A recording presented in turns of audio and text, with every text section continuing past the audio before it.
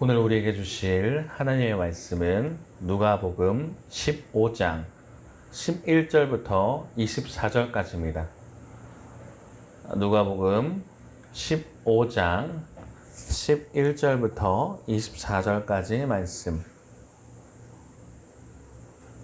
누가복음 15장 11절부터 24절까지 말씀을 저와 여러분이 한 절씩 교독하신 이후에 마지막 24절 말씀을 함께 읽도록 하겠습니다.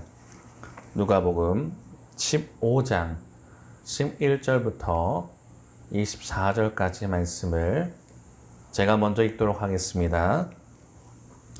또 이르시되 어떤 사람에게 두 아들이 있는데 둘째가 선생님이 말하되 아버지여 재산 중에서 한지라 아버지 그 사람을 각각 나누어 주었더니 그 후 며칠이 안 되어 둘째 아들이 재물을 다 모아가지고 먼 나라에 가 거기서 허랑방탕하여 그 재산을 낭비하더니 글쎄요, 그 나라에 크게 흉년이 들어 그와 비로소 가서 그 나라 백성 중 한 사람에게 붙여 사니 그가 그를 들러보내어 돼지를 치게 하였는데 그와 대기문이 기념을 배우가 아래 윤조가 없는지라 이에 스스로 돌이켜 이르되 내 아버지에게는 양식이 풍족한 품꾼이 얼마나 많은가 나는 여기서 줄여 죽는구나.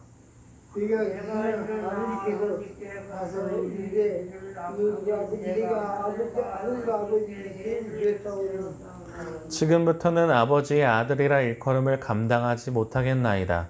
나를 품꾼의 하나로 보소서 하리라 하고 이에 일어나서 아버지에게 들어가 그러니까 뭔데 아버지가 그를 보고 충격이여 달려가 그를 안고 입 아들이 이르되 아버지 내가 하늘과 아버지께 죄를 지었사오니 지금부터는 아버지의 아들이라 일컬음을 감당하지 못하겠나이다 하나 아버지의 종들이세 제일 좋은 옷을 내다가 입히고 손에 갈기를 끼고 발에 신을 신기라 그리고 살찐 송아지를 끌어다가 잡으라 우리가 먹고 즐기자. 이 내 아들은 죽었다가 다시 살아났으며 내가 잃었다가 다시 얻었노라 하니 그들이 즐거워하더라. 아멘. 오늘 말씀의 제목은 잃어버린 두 아들의 비유 첫 번째. 잃어버린 두 아들의 비유 작은 아들과 아버지의 사랑. 잃어버린 두 아들의 비유 첫 번째 작은 아들과 아버지의 사랑이라는 주제로 여러분과 말씀을 나누겠습니다. 할렐루야. 아멘. 할렐루야. 아멘. 복된 주일날 이곳에 오신 여러분을 진심으로 환영하고 축복합니다. 새생명 전도축제가 벌써 세 번째 시간이에요. 그죠? 세 번째 시간인데 감사한 게 매주 다른 분들이 이제 오신다는 게 참 기쁨이기도 하고요. 저번 주는 조순덕 집사님이 오셨고 오늘 또 오랜만에 진금래 집사님이 함께 하셨습니다. 또 어제가 초복이었는데 삼계탕은 좀 드셨습니까? 드셨어요? 저는 오늘 처음 먹습니다. 삼계탕을 먹게 되는데 무더위에 정말 더위 먹지 마시고 먹을 게 없어서 더위 먹으면 안 되겠죠. 맛있는 음식 드시면서 건강 잘 챙기시고 하나님의 은혜도 많이 누리시는 저와 여러분 되길 바랍니다. 오늘 이야기는 사실 잘 아는 내용 중에 하나입니다. 돌아온 탕자라는 내용으로 잘 알고 있는 내용인데 어린아이들 같은 경우는 이제 성경학교로도 듣기도 하고 주일학교에서도 한 번쯤은 들어봤을 법한 믿지 않는 사람들도 이 내용을 아시는 분들이 많더라고요. 근데 이 내용을 보게 되면요. 돌아온 탕자라고만 이제 우리가 알고 있는데 사실 돌아온 탕자만의 이야기는 아닙니다. 왜냐하면 오늘 이야기는 강조점이 여러 가지가 있습니다. 그 중에 하나가 무엇이냐면 아버지의 사랑이에요. 아버지의 사랑이 굉장히 강조가 되어 있어요. 그리고 작은 아들이 그 아버지에게 돌아오는 내용. 그리고 또 하나 큰아들. 우리가 큰아들에서 놓치게 되는데 사실 다음 주에 큰아들에 대해서 집중적으로 다룰 거거든요. 그래서 가능한 한 다음 주에도 함께 말씀을 이제 들으시면 좋겠지만 오늘 돌아온 탕자 이야기가 너무 잘 알고 있는 내용이라는 거죠. 그래서 이야기를 한번 뭐 살펴보면 그거죠. 어떤 사람에게 두 아들이 있습니다. 그죠? 두 아들이 있는데 그 중에 둘째 아들이 아버지에게 재산을 달라고 그러고 재산을 받은 이후에 다른 나라 가서 실컷 마음껏 탕진해서 쓴 이후에 어떻게 합니까? 결국 먹을 것이 없으니까 흉년이 들어서 먹을 것이 없으니까 아버지에게 돌아온다는 내용이에요. 그죠? 내용은 그렇게 어렵지는 않습니다만 여기서 중요하게 봐야 될 것들이 있어요. 이 설교를 준비하면서 알게 되는데 영어로는 prodigal, 죄송합니다. 영어를 써서 죄송합니다만 이 뜻이 중요해서 영어를 좀 썼습니다. prodigal이라고 하는데 첫 번째 뜻이 무모할 정도로 헤프게 베푼대요. 그러니까 이 방탕하다는 걸로 이제 우리가 번역되어 있는데 그냥 쉽게 말하면 정말 넘치도록 베푼다는 것을 prodigal이라는 말도 있어요. 그리고 또 하나는 남김없이 다 써버린다. 그러니까 첫 번째의 뜻은 무모할 정도로 다 베풀어 준다는 건 아버지를 뜻하죠. 그죠? 나중에 보게 되겠지만 이건 사실 불가능한 내용이에요, 당시. 근데 너무 정말 심각할 정도로 아들에게 베풀어 주시는 그 아버지의 사랑. 그리고 두 번째는 그 아버지의 사랑을 모르고 정말 마음껏 막 써버리는 그 두 번째 아들. 그게 프로디걸이라는 건데 어떤 목사님, 외국의 유명한 목사님이 그렇게 썼더라고요. 우리는 탕자만 이야기하잖아요. 근데 탕부 하나님, 넘치도록 부어주시는 하나님이 있다라는 내용을 말씀을 하십니다. 자, 근데 오늘 이제 화면을 보시게 되면 유명한 화가가 있습니다. 기독교 화가인 렘브란트라는 사람이 있는데 그 사람이 돌아온 탕자라는 이름으로 그림을 그렸어요. 이따가 이것을 보게 될 텐데 저는 이 돌아온 탕자, 사실 돌아온 탕자라는 이름도 맞지 않습니다. 잃어버린 두 아들 비유인데 돌아온 탕자라는 그림에서 사실 큰 은혜를 받을 때가 많아요. 사실 이 그림 하나만으로도 오늘 이야기를 잘 설명할 수 있긴 합니다. 이따 좀 더 보게 되겠지만 아버지고 아들이죠. 그리고 그 옆에 멀뚱하게 아니 노려보고 있는 사람이 큰아들입니다. 그리고 저 모자 쓰고 있는 사람은 렘브란트 본인 자신을 그렸다고 해요. 그러니까 잃어버린 아들이 와가지고 아버지가 품어주고 있는 그 모습인데 나중에 보겠지만 이 모습 속에서 하나씩 살펴볼 때 하나님 아버지의 사랑을 느낄 수가 있습니다. 잘 안 보실 거예요. 근데 이따가 좀 큰 화면으로 보게 되는데 아버지가 지금 사십니다. 눈이 정확하게 보고 있는 게 아니라 어떤 곳을 바라보고 있어요. 쏠려 있단 말이에요. 그리고 아버지의 손이 이거는 여자 손 같고 이건 남자 손 같아요. 이걸 의도해서 그린 바가 있고요. 그 다음에 이 아들이 굉장히 허름한 모습인 거죠. 이 모습을 이따가 끝날 쯤에 다시 한번 다루게 될 텐데 이런 걸 보면서 이 비유 그냥 아들이 집 나갔다 돌아온 강조점이 아니라 하나님, 어떻게 보면 하나님으로 상징되는 아버지의 모습을 통해서 우리가 큰 은혜를 누릴 수 있구나를 돌아보고자 합니다. 자, 그러면 오늘 내용을 아까 말씀드린 것처럼 내용이 어렵지 않다고 그랬어요. 그냥 집을 나갔어요, 아들이 근데 집을 나가는 내용이 사실은 당시에 상상도 할 수 없는 내용입니다. 뭐냐면 페룬의 행동을 저질렀다고 그러는데 우리가 뉴스에서 가끔 보잖아요. 아버지의 재산에 탐나서 아버지의 칼로 찌른 아들이 있다. 뭐 어머니가 뭐 그런 게 있다고 많이 듣기는 그런 걸 우리가 뭐냐면 페룬이라고 합니다. 부모님에게 몹쓸 짓을 하는 것을 페룬이라고 합니다. 근데 오늘 아들 둘이 있어요. 웬 아버지에게 아들 둘이 있는데 그 둘째 아들이 아버지에게 갑자기 이런 말을 합니다. 아버지 재산 중에서 내게 돌아올 분깃을 주십시오라고 말을 했어요. 자, 근데 우리 지금 뭐 생각해보면 그래 유산 미래 줄 수 있지 않느냐 생각할 수 있지만 이게 당시 때는 이거 상상할 수 없는 내용입니다. 왜냐면요, 이 얘기는 그냥 바꿔서 얘기하면 아버지 돌아가시면 좋겠어요 라는 말인 것 같아요. 왜냐면 돌아가시면 유산 상속을 할 수 있기 때문이에요. 그러니까 생전에 유산을 달라고 하는 거는 당시 때는 아버지에게 정말 몹쓸 말을 하는 겁니다. 아버지, 우리는 그냥 생각할 수 있어요. 아버지 그냥 내 거 주세요 할 수 있지만 돌아가셔야만 가능한 걸 지금 해달라는 거는 이 아들은 지금 아버지에 대해서 굉장히 무시하고 있는 행동이라는 거죠. 페룬의 행동을 저지릅니다. 자, 근데 아버지는 어떻게 해요? 그 행동을 사랑으로 품습니다. 아버지 내 분깃을 주십시오 했더니 그 아버지가 살림을 나눠줬다고 이제 성경에 나와 있어요. 근데 당시에는요, 지금도 뭐 가부장적인 문화가 많지만, 당시 때 잘못된 행동하면요, 두들겨 패거나 쫓아냅니다. 그 정도로 권위가 셌어요, 아버지의 권위는. 아버지에게 몹쓸 짓을 하는 아들은요, 두들겨 맞거나 쫓겨나는 정도의 그 문화가 돼 있던 상황이에요. 근데 이 아버지 어떻게 해요? 아버지 돌아가셨으면 좋겠어라고 하는 페룬 때 그 사랑을, 그 행동을 사랑으로 품는다라는 거예요. 이거는 이 당시 때 사람들이 상상할 수 없는 내용이었다 합니다. 근데 그것을 보여준 단어가 살림으로 번역이 됐어요. 자, 이 살림이 뭐냐 봤더니 이 아들은요, 그냥 아버지의 재산 중에 하나를 달라 그런 거예요. 그죠? 아버지가 재산이 많은 분이었나 봐요. 아버지 재산 중에 하나 좀 주세요. 그거 생각했어요. 그냥 막연하게. 근데 아버지는요, 살림을 내어주었다고 합니다. 자, 우리 누가복음 15장 12절을 성경에서 같이 한번 다시 읽어볼까요? 성경책에 누가복음 15장 12절을 같이 찾아서 다시 한번 읽어보겠습니다. 누가복음 15장 12절 함께 읽겠습니다. 시작. 그 둘째가 아버지에게 말하되 아버지여 재산 중에서 내게 돌아올 분깃을 내게 주소서 하는지라. 아버지가 그 살림을 각각 나누어 주었더니. 아멘. 누가복음 15장 12절에 뭐라 그래요? 살림을 나눠줬대요. 살림. 근데 이 살림을요, 그냥 살림살이 나눠줬구나 생각하면 안 됩니다. 헬라어로 찾아봤더니 생명이라는 뜻이 있어요. 그러니까 아들은 그냥 재산을 달라고 그랬는데 아버지는 생명을 준 거예요. 자신의 생명을 나눠줬다고 하는 거죠. 그 엄청난 사랑이잖아요. 그죠?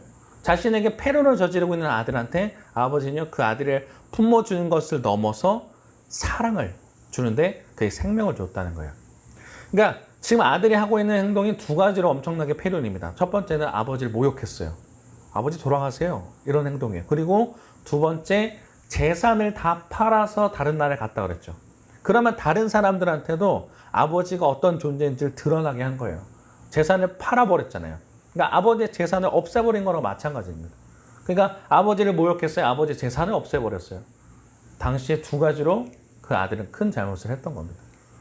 그러고 나서 아주 허랑방탕하게, 아주 그런 표현을 쓰더라고요. 허랑방탕하게, 13절에 보면 허랑방탕하게 다른 나라에서 재산을 낭비했답니다. 이 허랑방탕했다는 게 어떤 정도냐면요, 뭐 여자들과 뭐 놀아나는 것 하고 도박하고 그냥 유흥적인 걸 갖고 썼어요. 그러니까 자기가 하고 싶은 걸 뭐 하고 다 쓴 거죠. 근데 원래는 이 둘째 아들이 받아야 될 상속의 분깃은 3분의 1입니다. 장자, 큰아들이 2배를 받아요. 그러니까 큰아들은 3분의 2에 대한 재산을 받는 거면 이 아들은 3분의 1 정도예요. 근데 또 찾아보니까 생전에 유산을 만약에 받을 경우 그것도 그만큼 받지도 못해요. 9분의 1 정도만 받는답니다. 3분의 1도 못 받아요. 9분의 1밖에 못 받는데 이 아들은 아버지가 싫었는지 어떤지 모르겠지만 그걸 갖고 나갔어요. 집을 나가버린 거예요. 아버지 떠나서. 그럼 마음대로 살아요. 막 허랑방탕하게 술 먹고 마음대로 살았습니다. 근데 이게 또 그런 마음도 있었던 것 같아요. 당시에 외국 가가지고 굉장히 내가 성공해야지라는 마음도 있었던 것 같아요. 그렇게 만약에 젊은이들이 그런 생각을 했다 합니다. 근데 당시의 문화에서는 그건 굉장히 조롱받는 짓이었어요. 내가 다른 나라 가서 성공해야지, 사업적으로 성공해야지, 우리 생각할 수 있을지 모르지만 당시에는 욕먹는 짓이었다는 거예요. 자, 근데 그 다음에 혹시 이게 뭔지 아십니까? 혹시 이게 뭔지 아세요? 쥐염열매래요. 쥐염열매. 저도 쥐염열매라는 걸 처음 봤습니다. 근데 갑자기 이 둘째 아들이 간 나라에서 흉년이 크게 들었습니다. 지금 날씨가 굉장히 저희 영암 같은 경우 목포는 굉장히 가물었었잖아요. 가뭄이 계속 들다 보니까 흉년이 와가지고 먹을 것이 없어져요. 근데 그때 어떻게 해요? 먹을 것이 없어지니까 이 사람이 어떤 사람한테 갑니다. 같이 나 좀 걷어주십시오 했던 것 같아요. 근데 그 사람이 돼지를 치라 그래요. 근데 이 당시 때 유대인들은 돼지를 가까이 하잖아요. 왜냐면 돼지는 부정한 동물, 그러니까 안 좋은 동물이거든요. 유대인들에게. 근데 돼지를 치는 것도 굉장히 안 좋은 상황이 돼버렸는데 이 아들의 신분이 어떻게 돼요? 아들이었다가 남이 되었다가 아버지 입장에서 지금 뭐예요? 품꾼. 남의 일을 해서 돈 벌어먹는 품꾼이 되었어요. 근데 먹을 것도 없어졌어요. 그때 뭘 먹습니까? 쥐염 열매. 이 쥐염 열매는 돼지가 먹는 식량이나 가난한 사람들이 끼니를 해결해야 될 열매였답니다. 아버지 곁에 있을 땐 굉장히 부유한 사람이었단 말이에요. 근데 자신이 허랑방탕하게 아버지를 떠나보니까 어떻게 해요? 굉장히 어려워지고 그런 상황에 대해서 쥐염 열매까지 먹게 됩니다. 자, 그랬더니 이 그림 참 잘 그려놨어요. 아버지가 그려졌겠죠. 아버지하고 울기 시작하고 옆에 돼지가 그러게 왜 바보야 막 이렇게 하고 이렇게 어린아이들 그림 좀 그려놨는데 매일 아버지가 그리워졌을 겁니다. 이 아들은. 집 떠나면 뭐라 그래요? 개고생이라고 그러죠. 진짜 개고생했어요. 그러니까 아버지를 생각해 보니까 아버지는 굉장히 부유했습니다. 아버지 근처에는 누가 있어요? 수많은 종들도 있지만 품꾼들이 있어요. 아, 근데 종들은요, 이 당시 때 종들은 주인하고 함께 삽니다. 그러니까 먹고 자는 문제를 해결해 줘요. 근데 품꾼들이 뭐냐면 그 집에 가서 일해주는 사람들이잖아요. 돈 받고 일해주는 사람들이잖아요. 그때 아들이 생각합니다. 아, 자기가 생각해도 아버지한테 지은 죄가 많아요. 왜냐면 당시에 이 문화는 잘못된 죄기도 했고 아버지가 살아계실 때 상속받는 것도 문제인데 그걸 또 팔아먹은 것도 엄청난 문제예요. 그러니까 죄가 도덕적인 죄뿐만 아니라 합법적인 죄예요. 그러니까 내가 아버지한테 가서 아버지란 말을 못하겠구나.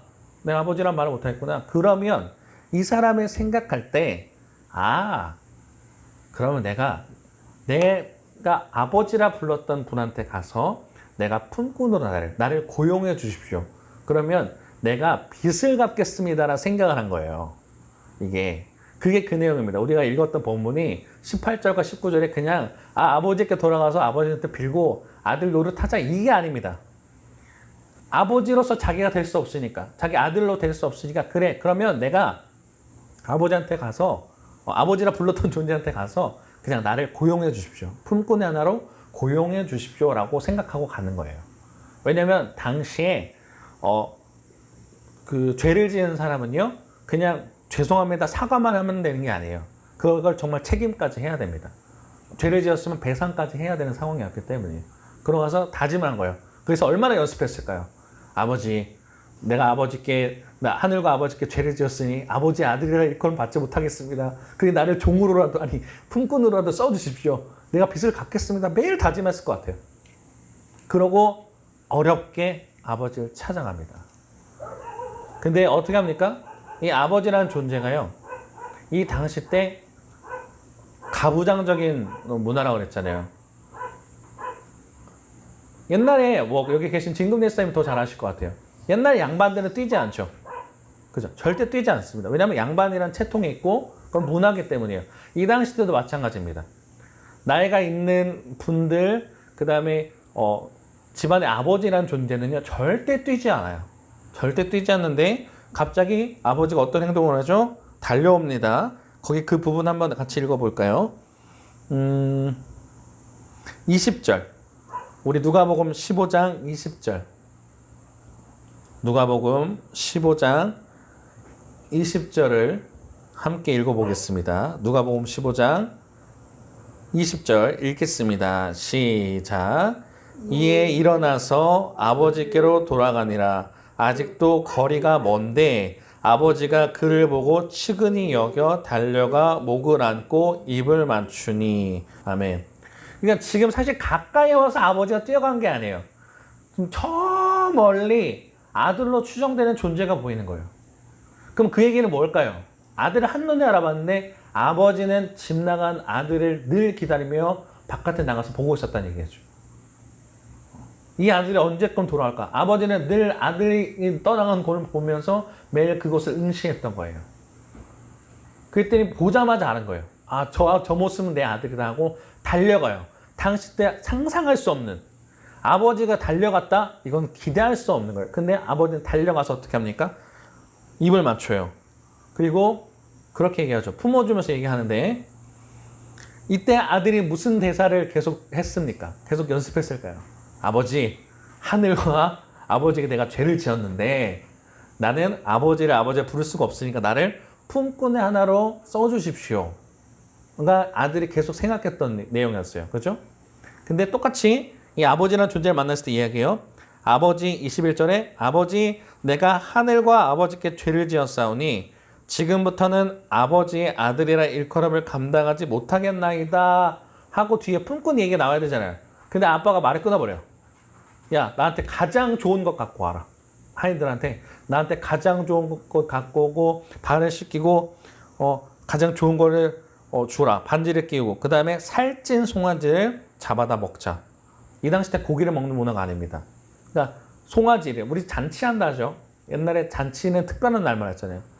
살찐 송아지는 더더욱 귀한 음식인데 지금 먹자고 하는 거예요. 지금 품꾼으로 나를 써주십시오라고 말을 하려는 그 아들한테 자기도 아는 거예요. 아니 지금 얘가 있으면 내가 아버지라고 말을 못하겠어요. 왜냐하면 아버지한테 등 돌렸잖아요. 근데 이 아버지 어떻게 해요?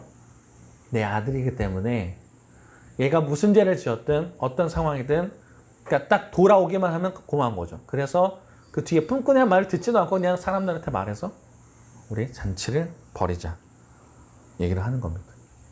제가 아까 초반에 그 내용을 말씀드렸습니다. 렘브란트라는 기독교 화가가 있었어요. 근데 이 화가가 돌아온 탕자라는 그림을 그렸는데 이 그림을 조금 저게 좀 스크린이 조금 더 컸으면 좋았을 텐데 잘 보이지 않으시겠지만 제가 설명을 약간 드리겠습니다. 아버지가 있고요. 아들이 있습니다. 근데 이 아버지의 눈은요. 제가 아까 말씀드린 것처럼 약간 정면으로 보는 모습이 아니에요. 왼쪽으로 치우쳐져 있습니다. 그럼 왜 그럴까요? 제가 아까 힌트를 드렸어요. 아버지는 어떤 모습으로 늘 있었다? 아들이 떠난 곳만을 보고 있는 거예요. 그러니까 제가 만약에 이렇게 계속 보고 있으면 눈이 어떻게 됩니까? 계속 이쪽만 보고 있잖아요.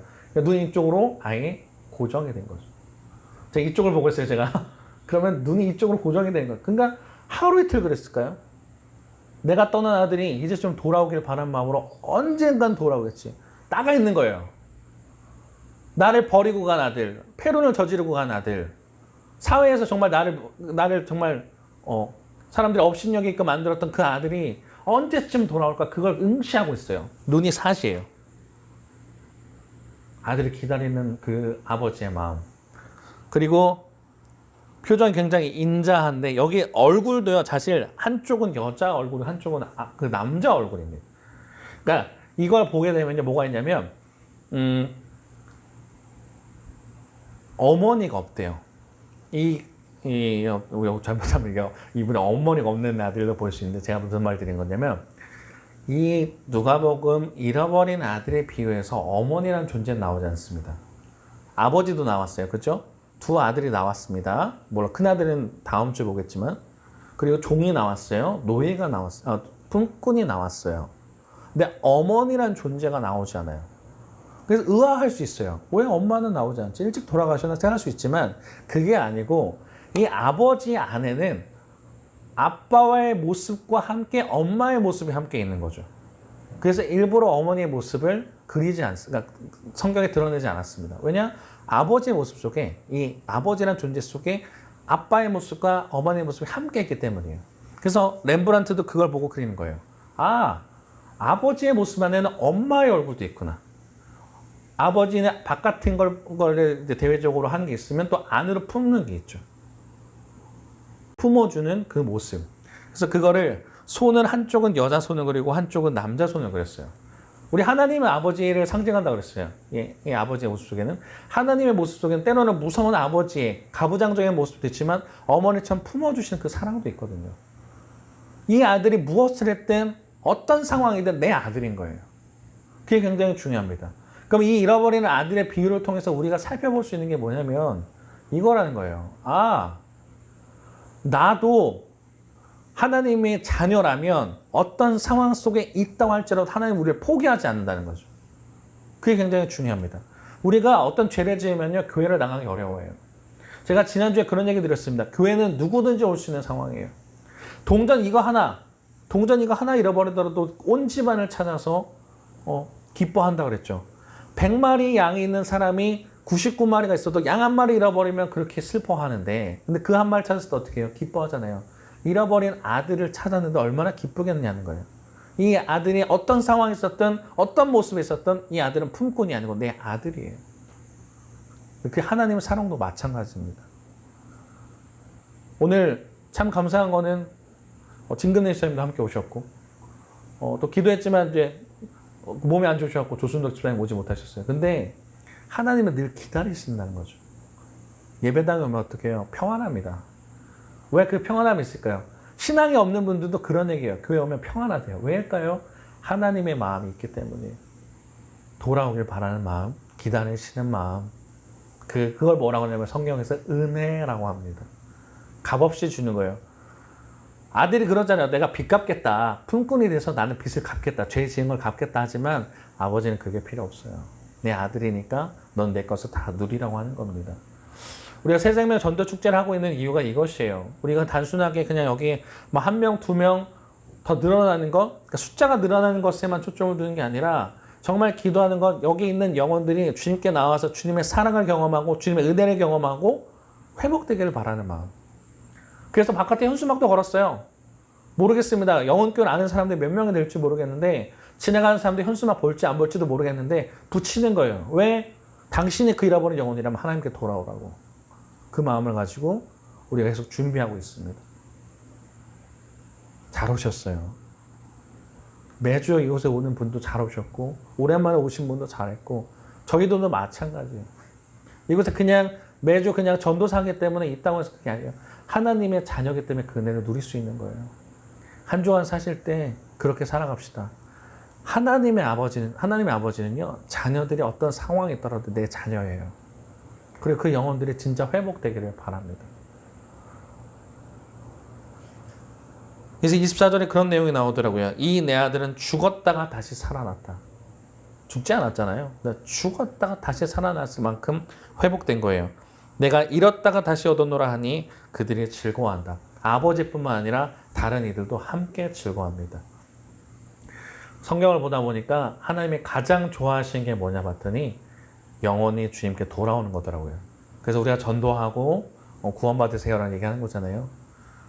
이 한 주를 사실 때 그 하나님의 은혜를 누리시길 바랍니다.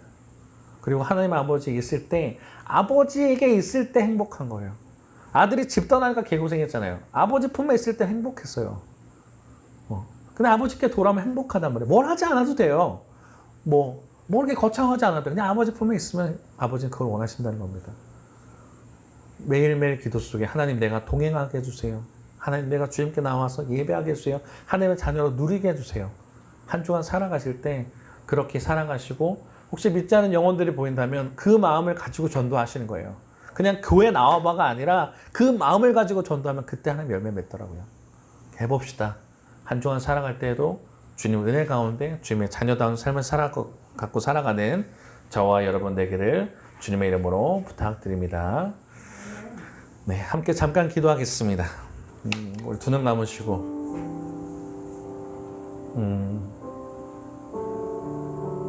이 작은 아들, 잃어버린 아들의 비유는 그냥 단순하게 남의 이야기가 아니고 우리 이야기일 수도 있습니다.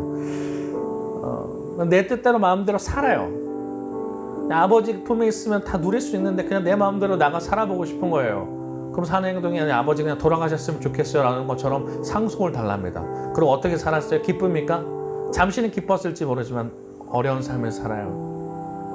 아버지 품에 있었을 때 가장 좋았는데 하면서 다시 돌아가길 마음 먹습니다. 근데 염치가 없는 거죠. 내가 품꾼으로 해서 살아야겠다. 근데 아버지는 그냥 그 아들의 존재를 늘상 기다렸어요. 저 멀리 바라보면서 내 아들이 올까? 내 아들이 올까? 내 아들이 올까? 계속 기다렸어요. 그래도 마침내 보게 되죠. 그리고 아들 달려가서 권이고 뭐고 상관없이 달려가서 그 아들을 품고 회복시켜줍니다. 넌 내 아들이야.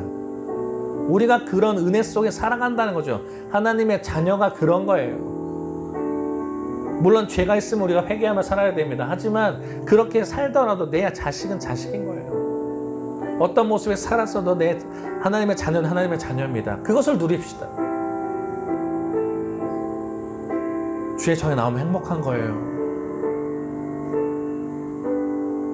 그렇죠? 행복한 거예요. 이 시간 기도할 때 그렇게 기도할까요? 하나님, 내가 한 주간의 삶을 살 때도 하나님과 동행하며 누리게 인도하여 주옵소서. 하나님 떠나 살면요 힘들어요. 어려워요. 근데 그 혼자 힘으로 할 수 없는 것 같아요. 하나님 나와 함께 하셔서 하나님의 은혜 가운데 살아가게 하시고 하나님의 자녀다운 삶을 통해서 하나님 자녀임을 누리고 그 복된 삶을 살게 해달라고, 그리고 승리하게 해달라고 이 시간 주님의 이름 한번 부르짖고 같이 통성으로 기도하겠습니다. 주여, 사랑해 주님 오늘도 감사합니다. 복된 주를 허락하여 주시고 이것을 나와서 기도하게 하시며 말씀 듣게 하시며 찬양하게 하신 주님 오늘도 감사합니다.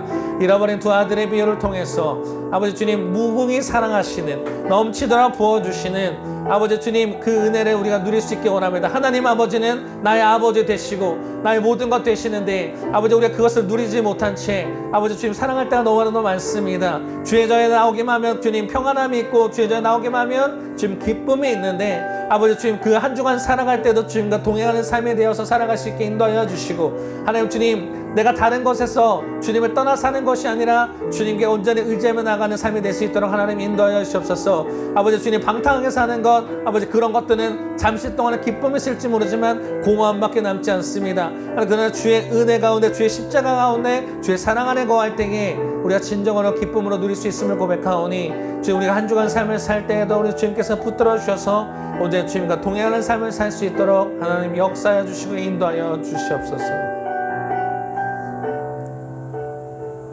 하나님 감사합니다. 정말 너무나도 감사합니다. 하나님이 나의 아버지라는 것이 감사함이고 내가 어떤 존재이든 내가 누구이든 나를 품어주셔서 너무나도 감사합니다. 이 둘째 아들처럼 우리는 하나님을 떠나서 내 마음대로 살고 싶을 때가 너무나도 많습니다. 아니 하나님 떠나 살면 너무나도 재미있고 즐거운 요소가 많아서 그것을 따라 살아갑니다.